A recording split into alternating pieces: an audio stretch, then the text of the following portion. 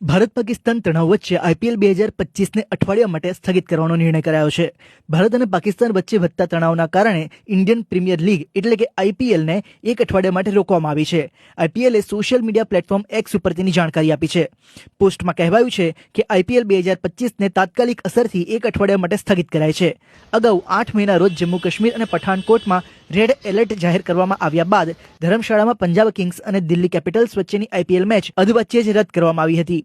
આઈપીએલના x account ઉપરથી લખવામાં આવ્યું છે, આ મહત્વપૂર્ણ સમયે બીસીસીઆઈ દ્રઢતાથી દેશની સાથે છે. અમે ભારત સરકાર, ભારતની સેનાઓ તથા દેશના લોકોની સાથે છીએ. ક્રિકેટ બોર્ડ ભારતીય સેનાની બહાદુરી, હિંમત અને નિસ્વાર્થ ભાવની સેવાને સલામ કરે છે. ઓપરેશન સિંદૂર હેઠળ તેમના અભૂતપૂર્વ સાહસથી તેઓ દેશનું માત્ર રક્ષણ જ કરી રહ્યા છે એવું નથી, પરંતુ પ્રેરણા પણ પૂરી પાડી રહ્યા છે. અગાઉ પાકિસ્તાન ક્રિકેટ બોર્ડે એટલે કે પીસીબીએ પણ કહ્યું હતું કે પાકિસ્તાન સુપર લીગ એટલે કે પીએસએલની બાકીની મેચ સંયુક્ત આરબ અમીરાત એટલે કે યુએઈમાં યોજાશે. પીએસએલમાં હજુ 8 મેચ રમવાની બાકી હતી, જે રાવલપિંડી, મુલતાન અને લાહોરમાં યોજાવાની હતી, પરંતુ આ મેચ હવે યુએઈમાં યોજાશે.